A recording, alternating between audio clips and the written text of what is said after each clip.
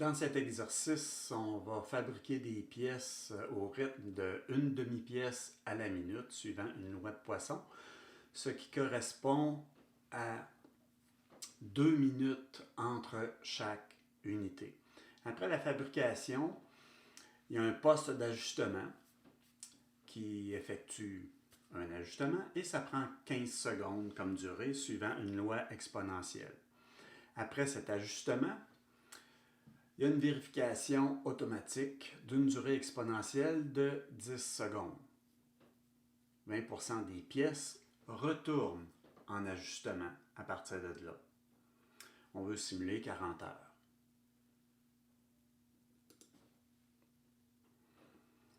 On va générer des pièces au moyen d'une source.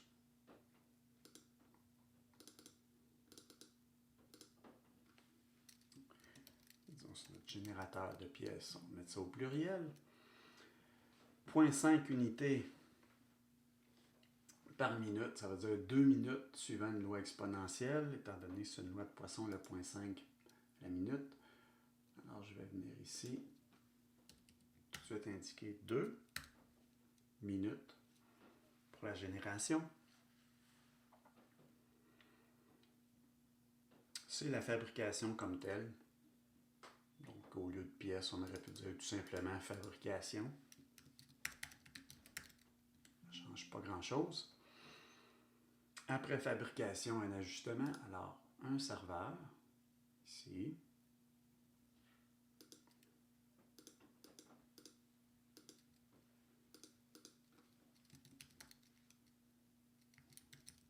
Ajustement. D'une durée de 15 secondes suivant une loi exponentielle. On vient ici, 15 secondes. Loi exponentielle.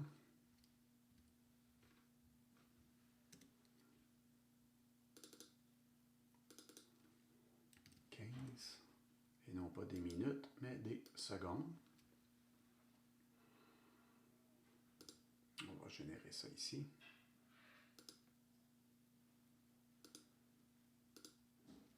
On va se donner une vitesse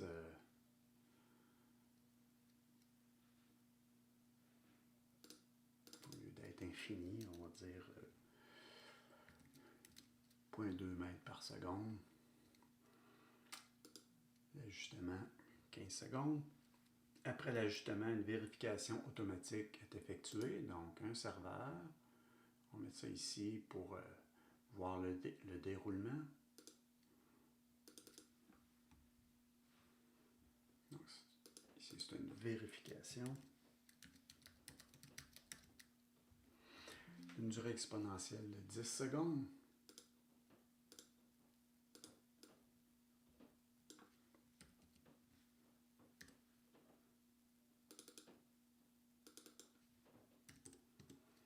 Non pas des minutes, mais des secondes.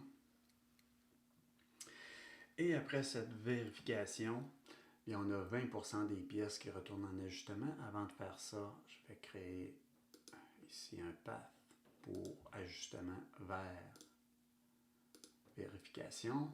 On va se donner une 0,2 mètres, 0,2 mètres par seconde, pas virgule, mais 0,2. Marquez qu'en haut, j'aurais pu faire la même chose aussi. Il est à 0,2 aussi. Alors après la vérification, on peut avoir un path qui revient, on va le faire vers le bas, tiens, qui revient vers l'ajustement.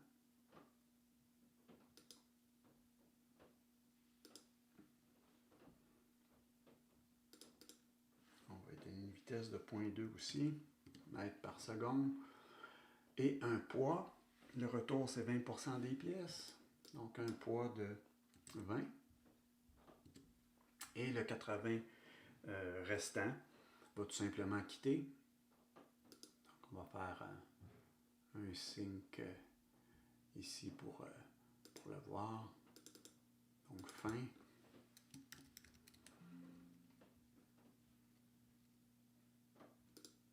Un path depuis la fin de vérification.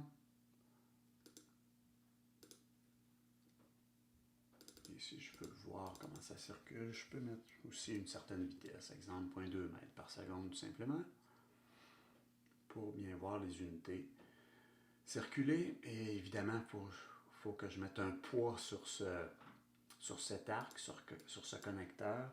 Et ici, c'est le 80% restant. Donc j'ai 80, 20 qui revient en ajustement. On veut simuler 40 heures.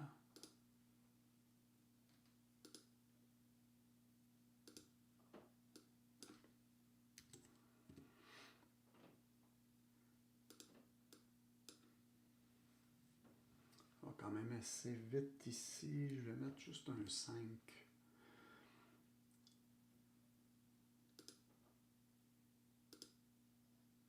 Comme ça.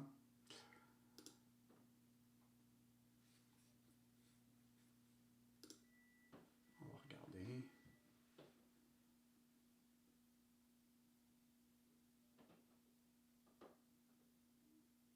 On voit une pièce qui revient en ajustement, une autre.